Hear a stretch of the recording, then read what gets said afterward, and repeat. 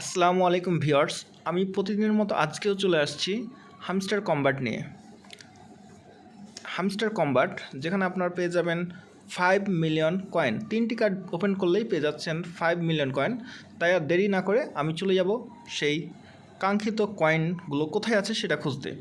মাইনিংয়ে চলে গেছিলাম, এখন দেখতে পাচ্ছেন এখানে চলে আসছি। আমাদের প্রথম কার্ডটি কোথায় রয়েছে সেটা আগে আমাদের দেখতে হবে। তো প্রথম কার্ডটি রয়েছে মার্কেট। এই যে এখানে মার্কেট দেখতে পাচ্ছেন উপরে, মার্কেটে গেলাম। মার্কেটে যাওয়ার পরে এই যে এখানে দেখতে পাচ্ছেন লেখা আছে মিমি কয়েন। এটা হচ্ছে আমাদের প্রথম কার্ড। তো আমাদের প্রথম কার্ডটি এখন ওপেন করে দেবো। এই যে আমরা এখন দেখতে পাচ্ছি যে আমাদের প্রথম কার্ডটি ওপেন হয়ে যাচ্ছে। এখানে একটু লোডিং নিচ্ছে। মিমি কয়েন, এই যে আমাদের প্রথম কার্ডটি ওপেন হয়ে গেল। এখন আমরা চলে যাব দ্বিতীয় কার্ডটি। দ্বিতীয় কার্ডটি কোথায় রয়েছে সেটা আমরা দেখব। দ্বিতীয় কার্ডটি রয়েছে PR অ্যান্ড টিম। এখানে গেলাম, তারপর এই যেখানে দেখতে পাচ্ছেন দ্বিতীয় কার্ডের হামস্টার বুক, এই জায়গাটা এখানে দেখতে পাচ্ছেন যে হামস্টার বুকে ক্লিক করে দিলাম। তারপর কার্ডটি ওপেন করার জন্য গো হেডে চলে গেলাম। আমাদের দ্বিতীয় কার্ডটি পূরণ হয়ে গেছে, দ্বিতীয় কম্বোটি পূরণ হয়ে গেছে। প্রিয় ভিউয়ার্স, আপনাদের একটা কথা জানিয়ে রাখি যে আমাদের যেসব কয়েন রয়েছে এসব কয়েনগুলো আগামী 20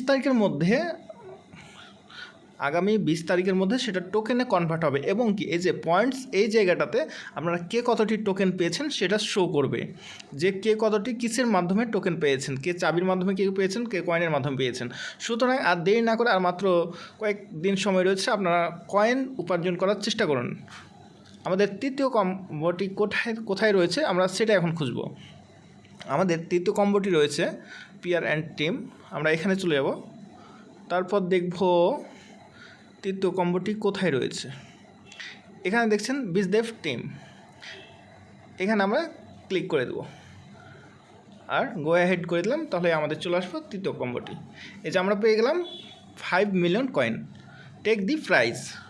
ভিউয়ার্স, হামস্টারের সকল প্রকার তথ্য পাওয়ার জন্য অবশ্যই ইউটিউব চ্যানেলটি সাথে থাকুন এবং কি সাবস্ক্রাইব করে রাখুন, লাইক কমেন্ট, এবং কি আপনাদের মধ্যে যদি কোনো সমস্যা হয়ে থাকে তাহলে আপনি আমাকে কমেন্টে জানাতে পারেন।